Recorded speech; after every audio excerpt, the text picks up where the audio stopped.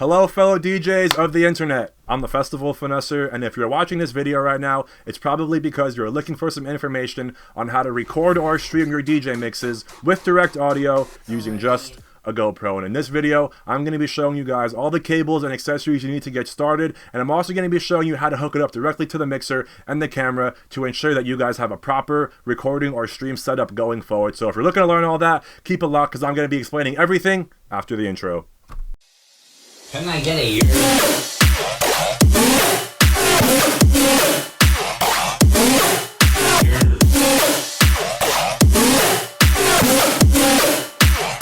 I'm the Festival Finesser. What's good, Finesse Gang, and fellow DJs alike? Welcome to my channel. I'm the Festival Finesser for those of you guys who are new here, and this is my channel that revolved around music festivals and live music going experiences before COVID, but now in 2021 with the lack of shows and festivals, I've decided to take this channel and switch it from shows and festivals to DJing and music.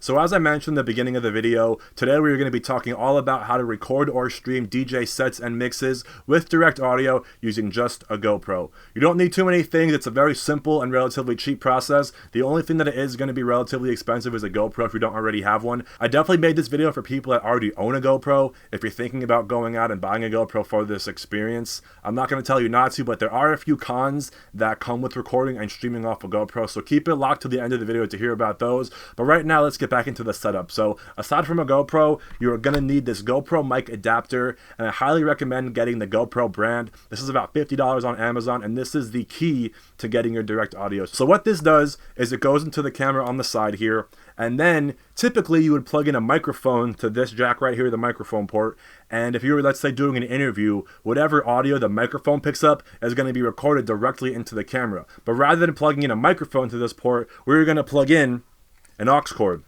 And those cables you will need, or maybe just one cable, is an RCA cable to a 3.5mm jack, also known as the aux cord, the aux port. This is a typical headphone computer jack. You know, you plug it into your iPhone dongle, and this is just typical video game wires. If it has the yellow one, that's okay. A lot of them just come with red and white. If it has the yellow one, you just don't plug that in. I also have this little adapter here because this is the more common one, RCA to RCA. But if you get this female RCA adapter here, you plug in the red to the red and the white to the white, or in this case it's black. And now we have this 3.5mm adapter, and this goes right into our microphone, and then this goes into the mixer, and now we have direct audio from the mixer right into the GoPro. Now the last thing I'm going to tell you guys to get is not required, but I got it and it definitely has made my life easier, especially because I like to mount the GoPro. I have it kind of living in a permanent spot, and that is this case. It's made by Valenzi, and basically what it allows you to do is have the GoPro in here, and then you can have the microphone adapter go through here. And so now the microphone adapter and the GoPro can live together, and then you just plug this in right here, and now boom, you have your microphone adapter, your GoPro case. Now you can mount it, have a nice little permanent setup for your stream. So let's go downstairs and check out my setup with the decks, and I will show you guys where I have it plugged in and what alternative ports you can use. And I'm also even going to show you where you'd plug it in on a controller, just to give you guys an alternative idea of where you'd plug it in and what kind of cables you will need to do so. So let's go down to the decks and check out this setup. Alright guys, so hooking up the camera is actually pretty self-explanatory. We are just going to be taking a 3.5mm aux cord and putting it into the mic adapter like so, and that is it. We are hooked up with the camera. So we're going to put the camera wherever we're going to mount it or leave it, let's say.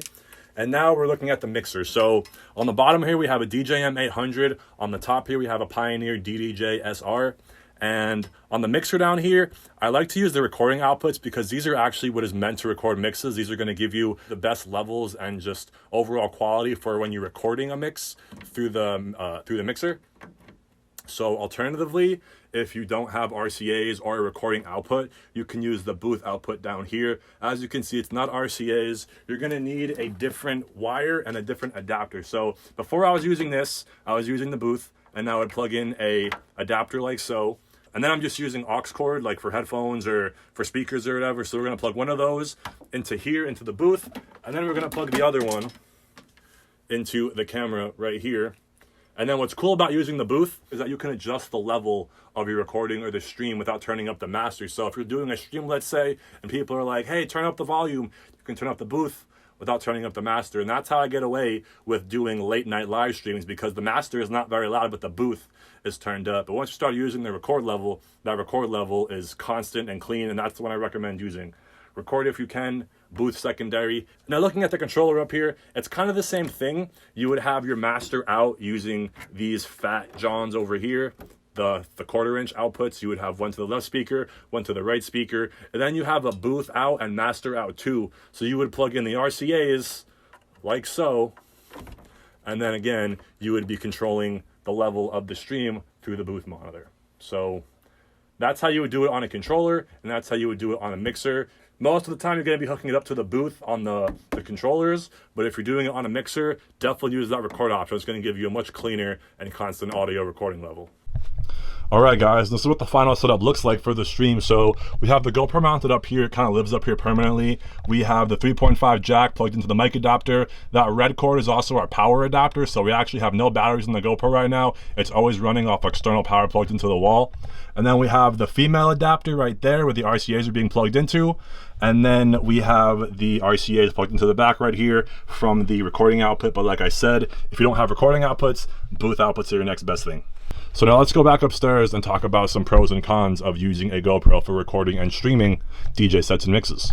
So now you guys know how to record your mixes and sets with direct audio using just a GoPro. Now I want to talk about some of the pros and cons that come with using a GoPro for streaming, recording with direct audio. So one of the biggest pros for me is that there is built-in streaming right from the GoPro. Not a lot of people know that, but with the GoPro Hero 7 and up, I believe, you can stream to YouTube, Facebook, Twitch, pretty much any platform directly through the GoPro. No computer needed, no connections, just straight Bluetooth, Wi-Fi live streaming. And if you don't know how to do that, I'm going to show you real quick. First, I got to record my screen.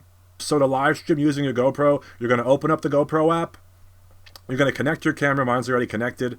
But you're going to swipe over, and then you're going to go to live. You click Setup Live, and then it gives you all these options. GoPro.com, Facebook, YouTube, Twitch. I don't even know what that last one is. But I typically use YouTube. That's my biggest platform. And then from here, you have all of your YouTube settings, so you could make sure that you set it to public, and you can have your title, your description. The resolution is always going to be 720. You can actually save a copy of the stream right to your SD card. The one thing I will mention is that this page doesn't always work. It's a little glitchy, so sometimes I've gone through typing really long descriptions and a really fancy title, and then I go to set up the stream and it says error and I have to redo it again. So I find it easiest to just set up the stream as default from your phone and then do all of the, editing the thumbnail and the description and all that stuff from the actual website on your computer. But that is how you stream, and that is a big plus for the GoPro. So another pro for using the GoPro when recording or streaming DJ sets or mixes is that you can mount it. No more finicky having to set the phone up next to a Coke bottle or some shit, or have the phone sideways and only seeing your hands. With the GoPro, you can mount it, get that nice wide view, which is another pro, having that nice wide view angle, getting everything in the shot. DJ's head's not cut off, you get all the decks. And it's just a nice view of the room. Getting a green screen would be sick too if you wanted to take that route. So being able to mount it permanently, being able to have the wide angle is definitely some pros. Being able to stream directly from the GoPro itself is a pro. And it's also just easy to set up and break down. It's portable, it's convenient. There's not a lot to it. It's just point and go, set up and go, and you're pretty much there, all from your phone and your camera. And obviously, it's also nice to be recording directly into the GoPro and not having to worry about syncing up the audio mix to the visuals in post-production or editing. It's just one video with the audio, nice and clean, post it to Instagram, post it to YouTube, wherever, no editing needed.